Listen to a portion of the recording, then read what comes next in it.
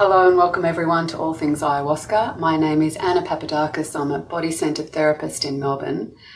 And on this podcast, we explore plant medicine in depth with Michael Guron, who's a ceremonialist with over a decade of experience working with the master plants. And today we're exploring what messages does Grandmother Ayahuasca have for us.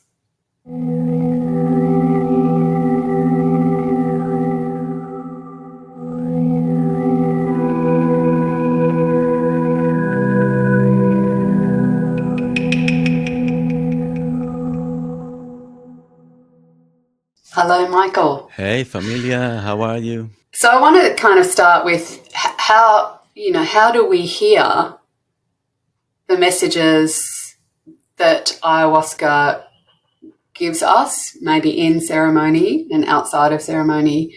How do we actually know that we're getting the messages? How do different people hear what she is, the wisdom, the teaching that she's giving? And, are there sort of common sort of messages that she gives people? And also I want to hear, like you've mentioned a couple of times in past episodes, some things that specifically she's talked to you about, or guidance that she's given you that I'm really interested in hearing about as well. Yeah, that's a great question, isn't it? What I usually do, I'm kind of like scanning the whole territory first. So we take in a high vantage point, again, looking through the eyes of the eagles or the condor. And we're trying to scan what collectively what is being presented and how things are. And we know that there's many different types of humans around. So we have different ways to receive information. Some of us are a bit more auditory, some of us are more visual, some of us, more spoken words. Sometimes it's coming with smells. But all of us, all in all together, we have very similar engine in the center of our chest. We call it the heart. That is that is the one that really help us to decipher and deepening and getting into the deep knowing that we are ever so yearning to be in most of the time. For example, if we're talking, it will make sense to talk first about the ceremonial space. And while we're going through the journey, we're talking about ayahuasca right now, but I'm also referring to wachuma or mushrooms as well, or any other psychedelic medicine with the spirit as a plant or a consciousness that we are interacting with. And that's something that takes time and an effort to start and refine those inner tools, inner capacities to understand whether it's my mind or something else. And that comes a lot to what I'm sharing quite often is really tapping into the relationship with the plants. So the more we drink, the more we processing these plants, the more we are working with them, the easier it's get to notice the subtleties of what is mine, what is not mine, and what is influencing my consciousness. I mean, we are tapping into a interesting subject here because a lot of, even just on a day-to-day life, we're actually getting messages and things that we are, are resonating towards us. We're like an aerial, antennas. And we have resonance that constantly vibrating outside, and we're receiving and giving vibration. So we have a lot of those, collective energies, for example. So a collective energy of, a whole nation, or collective consciousness of whole of humanity, or it could be collective energy of a family cell, of a small family. So we have our own mini groups of collective consciousness that we're tapping into all the time. And we may receive those resonances from those specific cells of consciousness that we are vibrating and resonating with, because we are relating to that specific cell of consciousness, if we call it like that. And so that's one subject. Yeah. So we have that general resonance that is happening all the time, right? We also have the stars, the Yeah. astrology, that highly impacting our resonance all the time. You know, we're going through the concept of as above, so below, so within, so without. And so we're resonating outside of us and outside of us consistently. And oftentimes, it's hard to really find the what is my thought, and if it's my thought or something else. Oftentimes they will come through the telepathic communications, and we have this telepathic inherent skill that we don't realize it's telepathic. We think it's just a thought form, but actually the more we are being able to be in our heart and quiet in our mind, and we suddenly noticing, that wasn't my thought. And then we're starting to refine that process and tap into that frequency. All right, so what was it? What does it feel like, that specific frequency of thought? Where did it come from? Is it mine, or it's an external resonance that I received from something else? Saying that, we have another things that can influence that. We can have the notion of parasitic entities and consciousness that most of us, unfortunately, in this world have. So if we have pets, because we live in such a polluted environment, most of humans have parasites, and parasites are highly intertwined with our system. And oftentimes we're not realizing, I'm not talking about etheric parasite, though they have an expression on a physical and etheric level, like everything else. But they do have a very strong capacity to influence our mind and how we think and what our body wants and so forth. That can be a whole thing. But I'm just bringing the notions of the things that may influence ourselves and our resonance and what we're processing. So coming back to your question, how do we feel that during ceremony, for example? So as I said, it's about relationship. How do we relate to the medicine, and starting to notice what is my voice, what is the other voice that I hear. Oftentimes, most of the time, it will come through the telepathic frequencies, what you'll hear in your head. Specifically with ayahuasca, it's a bit more like that. So in terms of like the specific thought forms and things will come through to you, will be her ways to transmit the informations that you need to hear. With Wachuma, it will be a bit different. It will be primarily through the heart. Ayahuasca is more into the psychological aspect of who we are, and she works a lot about into the psychology and into the brain. While Huachuma, for example, San Pedro, he will bring the resonance only through the heart, mostly through the heart. It will be less of the mind, from my experience at least. So we may have an intention, we may have some sort of like inquiry that we're seeking to resolve or to find resolution or curiosity, and it will come as a knowing. It will come primarily as a deep knowing in your heart, whether it's true or not true. So you'll feel a resonance and a vision may come through, or an idea suddenly will come through, but it will come primarily from a heart-centered space. And both things are overlapping all the time. It's not primarily this and that all the time, right? But primarily, we always have what we describe a thought form of some sort, a communication that we receive, and then the inquiry, the the engine that process that information is the heart, right? The heart will tell you if it's true or not true. You will feel like a truth resonance coming out of it. And you know, you're just coming into the deep knowing.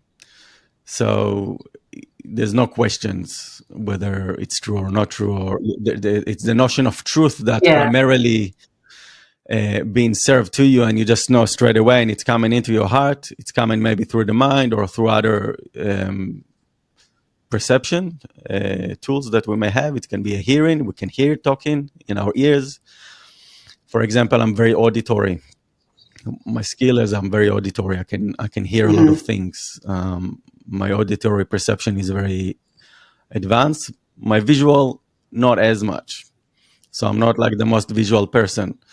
So most of my information and wisdom coming from hearing and from a deep knowing within my heart. So the deep knowing in our heart is the primary one, is the main thing that we're going to work with. From there, we have the secondary ones, like the hearing, the sight, the visuals, the communication, the verbal communication. That is another way. When spirit communicating, sometimes it can communicate through speaking, but we're not even aware of it, that the spirit is speaking through us, right?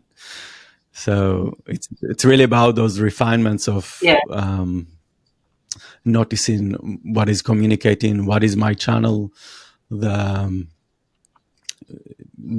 subtleties of the energies and the vibrations that are at play in this game of life. You know, when I quite like hearing people's stories about near-death experiences. Have you ever listened to people talk about their near-death experiences? Because it really feels like being in ceremony, how they describe it. And what really strikes me when people are describing their near-death experiences is they're really clear in what they are saying. They're not kind of going, it's not like I'm trying to remember. It's a very embodied knowing. And when they describe that, they describe hearing things telepathically. They really describe that process of, I had a question and I knew the answer. It's like a telepathic, the question arose and the answer just came telepathically and I just knew, or I had a thought and then I was there. And I kind of really like, it's fascinating, that overlapping of that realm where people are in an undifferentiated realm of whether it's the other side or the halfway between here and there, a near-death experience. But it's really a lovely way of describing that telepathic thing. If I thought, I have a question and the answer is there.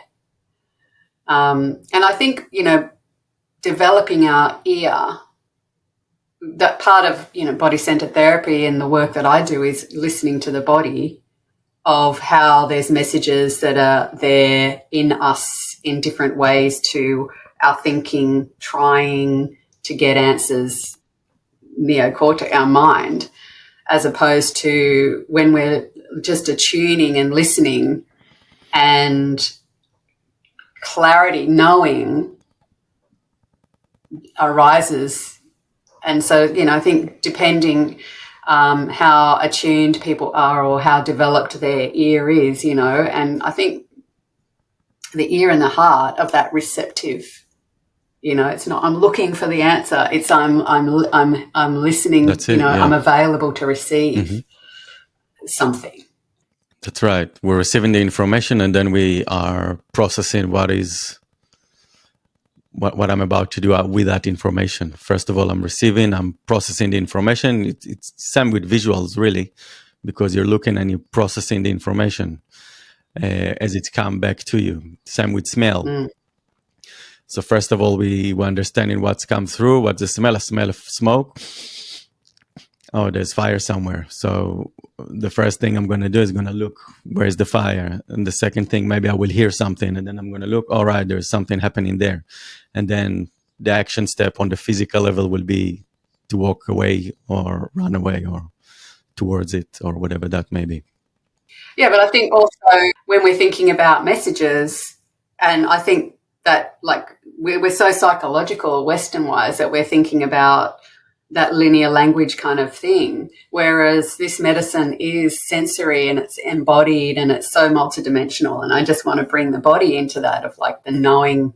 The knowing is such an embodied thing of like, it's not telepathic like that's, we're often two-dimensional in our thinking of like, what's the question? There's the answer. 1 + 1 = 2. That's where it's going to come, because that's how we're looking for answers a lot in our life of like, what's the answer? Like, I'm trying to figure it out like that. So when it's a full, the answers that come are just so deep and embodied and sensory, and exactly. So really, death is great example, because there's, for people that really going through that process. I love talking about death. This is one of my favorite subjects, death and births, right? Because that's where it's at, we're living our life, terrified from that moment that may happen maybe. And, when people are going through that process, there's nothing to hold on anymore. When you're working with someone that is on his deathbed, there's nothing to hold on anymore. And it's really clear when people, like, as you said, people are seeing the truth straight away. There's no, contemplation or it's only truth. People are left only with the truth of the matter, and the truth of life, and the appreciation for only the most important things that, they held dear into their hearts, really, So you could hear like, oftentimes I'm thinking to myself, what, if it's important for me to do it or not. And I'm thinking what I will remember on the moment of my deathbed, if I'll remember it, if that is an important thing for me, if I'm getting caught up in an emotional turmoil or a story in my life, I'm like, is that worthy for me to process before I'm going to die? Yes or no? And I'm like, yeah, definitely yes. So I'm going all the way into that process. If not, I'm like, it's easier for me to let go of that thing. If I'm getting stuck in a story, or there's a random issue that may impact me, I'm like, there's nothing to hold on into it. The ego, the persona is just in a complete state of surrendering and just letting things go very, very quickly, rather than holding it for years and years. Yeah. But plant medicine is dying again. We're dying. We're going through death and rebirth over and over again in life. And if we're trying not to, there's more suffering. And the opportunity that plant medicine gives us to die, to go into, the depths, to be taken into the depths and kind of come back with, it's what we come back with is the information or the messages. That's it. You get taken down, taken under, and to get to practice dying again and again in life. There's so many riches in the underworld to come back with, so that the capacity to, if you're holding on, you're just stuck. If you're holding on to trying not to die, or you don't know how to let go. People don't know how to let go. And people talk about, just let it go, but that's a denial, let it go. Just let that go. That's in the past, just let that go. And that's not letting go. So we learning how to surrender and to die, and getting the opportunity to die in ceremony, to surrender, to hand over, is to have that capacity in life and not just on your deathbed. That's the gift, of the medicines, the medicine, ayahuasca, wachuma. They given us the privilege to do what we call shadow work. Yeah. This is the aspect of do the shadow work. It's going under, it's going into the underworld, into the realms of mysteries, into the unknown, into the magical spaces of discomfort and pain and suffering. And the space that there's so much avoidance in the world, Yeah. and I'm laughing at it because I almost find it's funny, but Yeah. it's my favorite sports, the first probably 3-4 years, 100 ceremonies or something, and that I was going through, I was just in suffering the whole time. I didn't have that amazing. Every now and then, I didn't have amazing, bliss and all that kind of jazz for many years, until you overcome something really special, and then it's like, all right, I managed to overcome it. But it was a series of really deep digging, like I like to call it with the excavator. You're just plowing through and removing things out of you, um, and slowly but surely you really feel the difference, and that's where the work is. That's where everything is being done.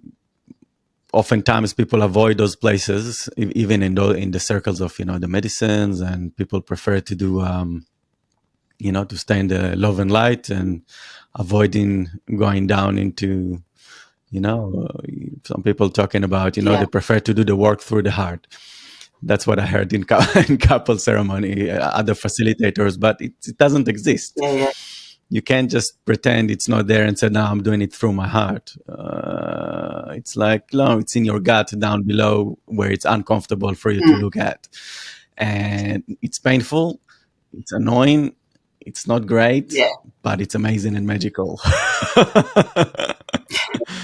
What kept you going for those years when it was just suffering, when it was really hard for years, for, over 100 ceremonies? What kept you? You must have come back with something more than just.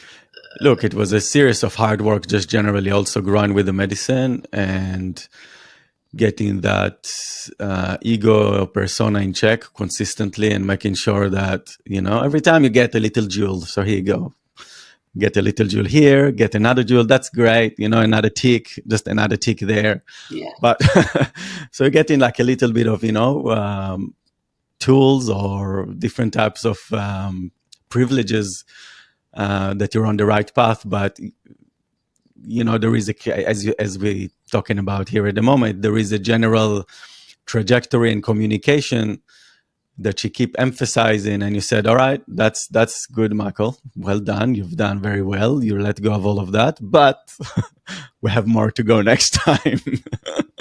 so we're going through and exploring the next level of what is the next layer that I have to uncover, right? But don't get caught up there. Don't get too excited. You have more to go through, and then we're going through that process. One of the important thing I found is that keep that, for me personally, is keep that ego in check, the persona. Because the more you do this work, the more you're dwelling into those spaces, the more the notion of force and power is coming into play, right? Because you're realizing, there's a lot of power and that coming from an egoic perspective, that you have a lot of power and craving for that amazing force that is in you, right? You are so powerful, right? When you're in the medicine, you feel the power of the medicine, you feel all these things, but then it's like, wait a second, are you? Yes, you are, but what you're gonna do with that, and make sure that persona, that ego, is gonna take it to the right place, because otherwise you could go with it to the dark side, like that's the dark side luring you into, literally, like this, like the movie Mm. Star Wars, right? So the dark side is luring you into its force. Mm. So you really have to be in check with that and make sure that's not going to take you there at all. And because the power of manipulation, you're going to start into manipulating energies. That's getting into the concepts of witchcraft, brujeria, what they call it, and it's manipulating your reality according to your needs, rather, nature asks for, rather. So it's like it's serving for self rather being of service for others, right? So it's about really finding my own needs under all Yeah. these layers and finding a different place for your own needs. But it's not like from that place, because that's edgy. You're walking on fine line there, right? It's an edgy point. You don't want to go into those spaces. This is spaces that could flick you into a very, very hectic area, right?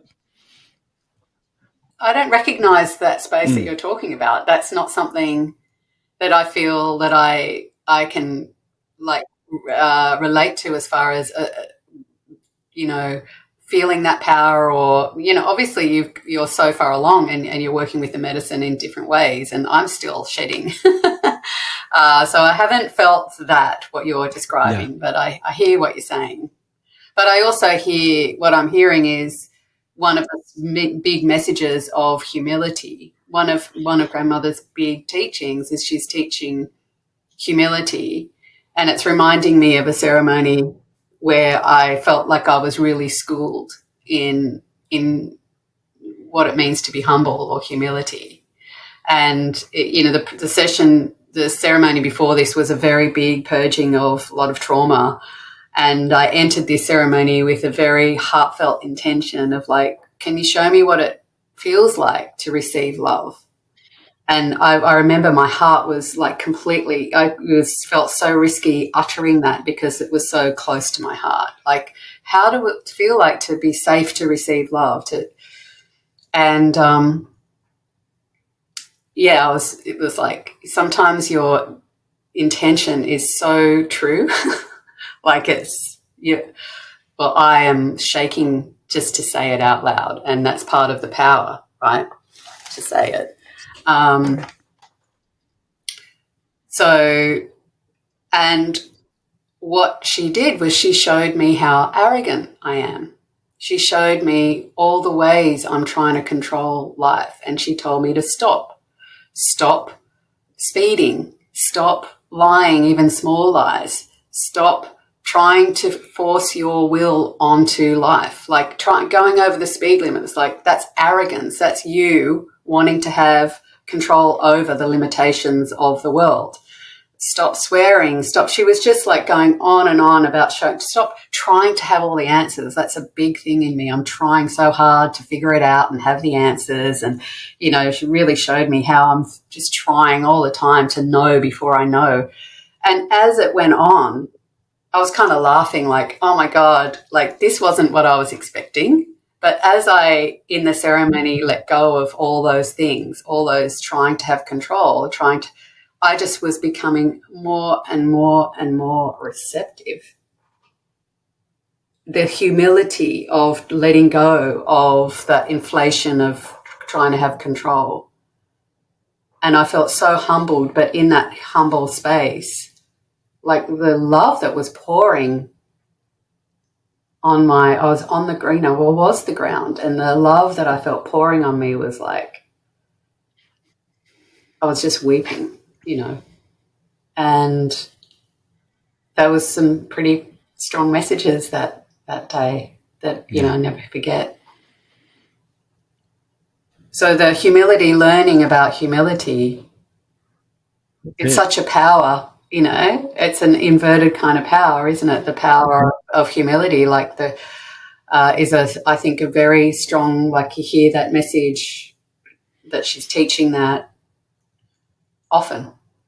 It's one of her big messages. and the other side of that is being humble in front of the magnificence of spirit, right?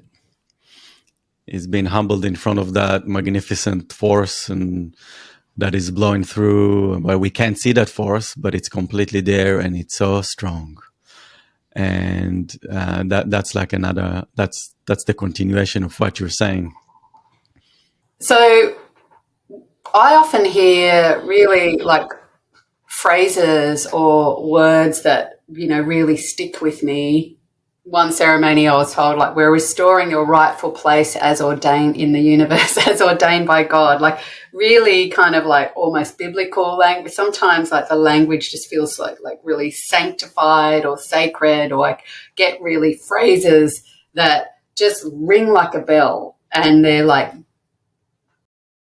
and they just stay with me and I can really bring them back. And other times, it might be, really messages of like self-care or how to take care of myself or stop doing that, or, messages of like how to care for the body are really common and important. Are there other sort of messages that you see as quite like common that she's giving to people? Or he, grandmother or grandfather? There is the notion of choice that is very interesting concept as well. We're going through our healing. It's mostly coming, I'll be honest, with the huachuma. It's kind of like a masculine trait to think to do, because it's an action. It's something that we have a choice. So oftentimes, you can go on ayahuasca journey on and on and on. You can do like so many ceremonies, but you choose to go through, the same laundry machine, and you're just like swirling yourself up in the same spot over and over again, and kind of like working on your healing, right? But there is that notion that that's it. You saw the wound, you know what the wound is, right? You saw it, you know the core wound, but you have a choice. You have a choice to let it go completely and keep going with your life, and don't let it impacting you on a daily basis. It's an actual choice that you can say, that's it, I had enough. I'm over that. I'm over that thing completely. Mm-hmm. It's my choice that from now on, I'm letting that go. I don't have to work on that thing again and again and again and again and again and tell myself, no, it's not good enough. It's not. No, I'm more than good enough. I'm amazing. I have to keep going. So the choice is Mm-hmm. to let it go and keep going and leave it behind. That's my past. That's it. I'm not allowing my past dictating my life anymore. So that's something that is quite powerful that Wachuma loves to share. The concept of, Mm-hmm. just that's it. It's fine. Everything is okay. Just don't get caught up in those things over and over and over and over and over and over and over again. It's fine. It's okay. It's fine. You say that's a concept, but you actually mean you feel it in your body that it's okay and it's fine, and you feel the choice rather than you try to force yourself. Like it's like a complete. Yes and no, because you are actually have to do the choice. You have to do the choice internally. You have to actually do it inside of you to come up with that thing. I cannot do it for you. No one can do it for you. You're actually inside yourself. You have to come into that concept. All right, that's it. I'm done. I had enough. Enough is enough. I had enough from this shit. I'm done. Let's keep going. I want to keep going. It's inside of yourself, and that's it. Yeah, but these are things often, the messages are things that we know intellectually on a day-to-day basis, but you get it Yeah, on a whole other level. And sometimes, I come out of a ceremony and say, I was told this, and people are like, oh yeah, yeah, yeah. It's like that, like what you're saying. Anyone could tell you that this is a choice and you've got the choice, and you're but actually in it. Yeah, the level at which you get that information and understanding is at a whole other level, and it's not just like just a it's a full concept. comprehension. And Yeah. that's a full comprehension. Yeah. And like we're doing this whole thing, this project of putting this information out came after a ceremony of like, I just was a spontaneous arising of, hey, let's do this. I think we should do this. And then feeling that together that felt right. And it feels like this is like what she wants, right? Ayahuasca or the medicine is directing this whole thing. That's right. I mean, for me, it started around 2 years ago, 2022 or something. And I've been slapped to the face. I mean, she's just like, and What do you mean by that? What does she's that? like, Michael, what are you doing? Like, it's enough. It's enough, Michael. You need to start and talk. I need you to share a lot of the things that you learned, that we work together, and I need you to share all this information. There's a lot of stuff happening out there, but this is your next role at the moment. This is what needs to happen. Whether you like it or not, that's it. You have to share, you have to speak up, you have to spread the word in a grounded manner, in a hearty way, in a aligned way with spirit. And I know you're going to do it in a good way, and off you go. So it took me 2 years. I know it's like a Mhm. process of embodying and being outside of the shadows. Just let me be under a rock and I'll be happy there. But, slowly, slowly, we're getting into that process. Yeah. Uh, so yeah, the will of spirit, the will of spirit is very strong, and they dictate in all of my personal level. They dictate in everything that I do. So it's like, here you go, you got a mission. You have to do 1, 2, 3, 4, 5. You have to go and run ceremony in that country, and then things may happen afterwards. Not to get into details, but I get very direct Mhm. information, and I have to follow through, and it's shifting my whole life, inside and outside, and that was the story of my life before I even started to drink. So it's the ability to listen to what is required and what they want us to do. And currently getting into the woo side of things, we're going through that process of, major awakening on the planet. Humanity is waking up. We are on the precipice of massive events. The old guard is collapsing completely. The old system is falling apart. We are really looking at the fall of the Eye of Sauron, the Tower of Babylon completely falling down. And there is really nefarious forces behind that, are coming into light. And the more you delve into the shadow, the more you see those things. The more you do the shadow work, the more you're able to see the people behind the curtain that runs, the Wizard of Oz. See the people who are hiding and creating all these manipulations and abuse, and manipulating humanity against each other. And one of the messages of the plan, that they want us to truly wake up to the true nature of our power, as I mentioned earlier, to who we are, what we're capable of doing, our true telepathic powers, our ability to create from within ourselves, visualizing and creating and alchemizing and transforming our life, and coming to the true harmony of the planet, of Pachamama, Mother Earth, Ima Adama, coming to the deeper connection with her, to be indigenous again, to create a new culture, to, all of us from this planet, it's coming to this state of harmony, really loving what we're doing, loving our lives, uh, really getting inspired, doing art, doing music, celebrate together, working as a community, coming together as a tribe, and this is the messages of what we describe as the new age that we're tapping into right now. But together we have a lot of undoing to do. There's a lot of undoing and deconstruction Mhm. and reconstruction.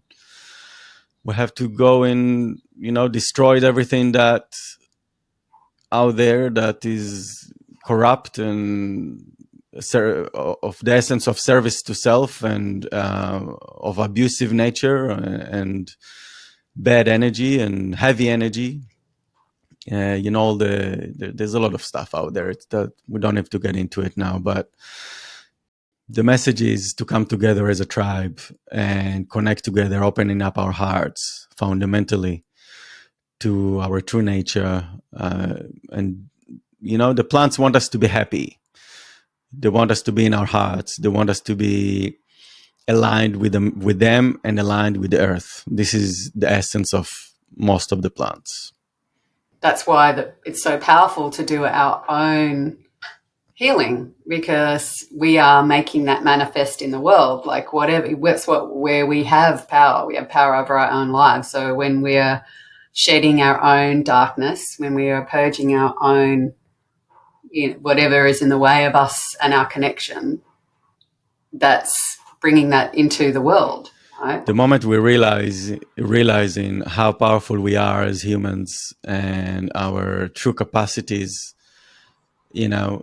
it's incredible. We have capacities that we cannot even imagine, like the capacities of our spiritual forces and biological forces, and what our physical bodies can do is way beyond our imagination. We can create worlds and worlds and worlds. The more we tap into those spaces of, the that we are just basically, the end of the spectrum, down the bottom line in this dimension, down the spiral of creation. We're just another expression of spirit expressing itself. We're expression of God. We're expression of the Great Spirit down in this dimension, expressing itself, learning how to expand itself, learn and to grow. We're all gods, we're all goddesses, we're all amazing. We're all part of creation. The moment that the veil is slowly fading away, the more we are tapping into those amazing spaces that we are amazing creators, that we create whatever we wish to create. And we can just doing it right now, each and every moment. Yeah. So, so one of the other amazing things that I would like to express about ayahuasca and wachuma, for example, both of these medicines fundamentally are an expression in a plant form, right, of the highest of the highest, the mother, father, masculine, feminine, godly energies, right? They are the manifestation going down the fractal, all the way down, manifest into a plant. They're going all the way up to creation, the creator, the creator of worlds, the ayahuasca, the creator of worlds, and the consciousness of the masculine, both of them, the father, mother, godly creations. And both of them are manifested as plants. So fundamentally, we're working with the two aspects of the godly expression of the masculine and the feminine manifested in a plant, in whatever you want to call it, the molecules or whatever, the MT and masculine and hermeline, whatever, on a biological level, it doesn't really matter, but we're working specifically with those frequencies. She's an expression, ayahuasca, she's an expression of the goddess. Wachuma is the expression of the god. Both of them coming together in unison, and then we are creating harmony, and we're learning how to do the yin and yang internally, right? We have to do, both of them are equal. We have to do the yin and the yang consistently and swirl them together to create one whole spirit, one whole God, great spirit, the field of the one, right? So this is gives us an amazing, deep realization for this, the essence of this work, and the level of, the role of the plants in the world are huge. They have the capacity not only to help us to change ourselves internally and transform ourselves internally, they have the capacity to help us to evolve. They have the capacity to help us to evolve our telepathic skills, to tap into those inherent biological gifts that we have, and opening up our genetic codes that are turned off. So we have all this, what they call the junk DNA, so-called, right? But every time we drink, we're having that amazing activation that is happening each and every time. There is tiny bit more activation of those codes and memories that are slowly opening up. So the DNA is opening up and it's being activated more and more and more. And that gives us the power and the responsibility and the ability to evolve as what we describe the new human, right? Because the humans that were 2000 years ago is not the same humans that we are today. And we have much more to go to evolve into those higher evolved human, as we are tapping into evolving ourselves into the fourth and the fifth dimensions of existence, where our level of awareness is rising way beyond the here and the now.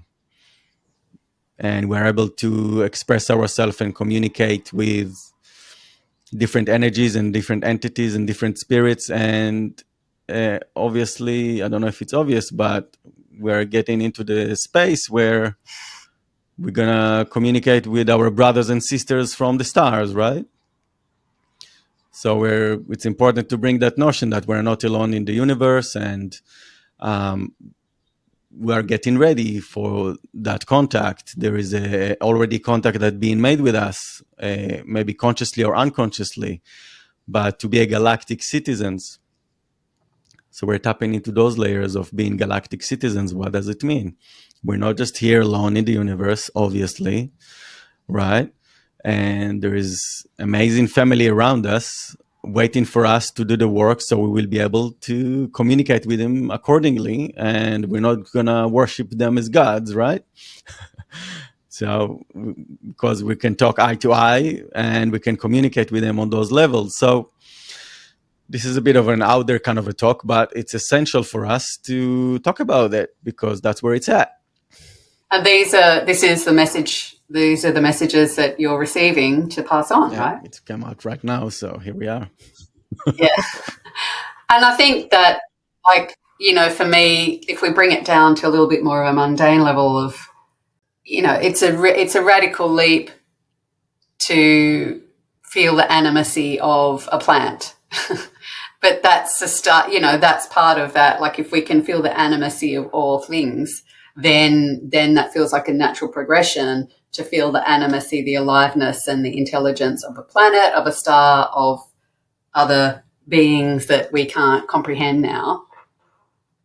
And I just also wanted to ask you about, you've mentioned that ayahuasca told you that this hybrid or this entry into the West, that's being directed by the medicine, by spirit as well, to bring these medicines into the West to enable the evolution of Humanity, mankind. Yeah, that's right. Humanity, and so like this movement of plant medicine coming into the West and bringing this indigenous, remembering or activating these things in the world is part of that mission, right? Of the spirit, of great spirit of the plants. That's right. So that's exactly it. I mean, someone, I don't know who, but someone was orchestrating all these things. And there is a plan behind everything. There is consciousness and awareness behind everything. And the more we are allowing that type of awarenesses to drip into our consciousness, the more it makes sense. And the more magical life become, that there is something that organizing and orchestrating everything, even though that it doesn't seem like that just yet. But exactly as you mentioned, as you said, the plants are here to support humanity throughout the whole world. They cannot stay in one place with whatever is required to be done right now on the planet. We urgently need to do this work. We need to raise our consciousness. We need to let go of all our wounds, everything I said earlier, in order for us to continue and evolve and grow and expand and be who we're meant to be underneath all these layers. Yeah, and it's such a hopeful thing. Like it's the world is looking really scary. People are really concerned about the planet, you know, and this medicine is so hopeful in that reconnection and the bringing, you know, the solutions are inherent in the medicine of giving back, loving, connecting, respect, restoring, restoration, all those things. We so need this now. That's right. That's right. We've talked a lot about some big messages today. Thank you so much for joining us, and hopefully some of those messages are resonating with people. This is what we're here, why we're doing this. Next time, we're going to talk about a little bit of a different tack, how to choose your shaman if you're going to embark on this path. Please like and subscribe. You can get access to Michael and what he offers and myself in the links below. And we look forward to seeing you next time. Thank you, guys. Much appreciated. We appreciate your attention and your time. Blessing to all.